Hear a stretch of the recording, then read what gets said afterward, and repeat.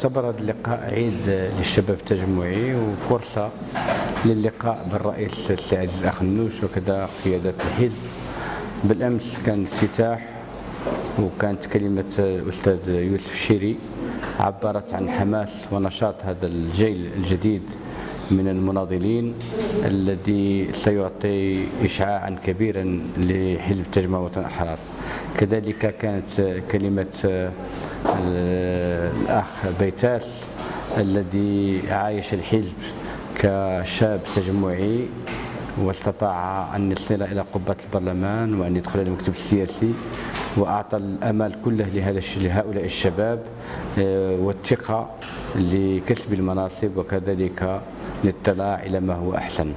أما كلمة السيد الرئيس عزيز الأخنوش فكان من ضمنها هو تكوين الشباب والاستعداد للعمل السياسي والعمل الجمعوي، والذي هو موضوع لقائنا اليوم، واللي كنتمناو انه في هذه الورشه يعطي الثمار ديالو ويعطي النتائج وكذلك المعلومات الكافيه للاخوه الشباب باش يتسنى لهم يمارسوا العمل ديالهم والنشاط ديالهم موفقين ان شاء الله.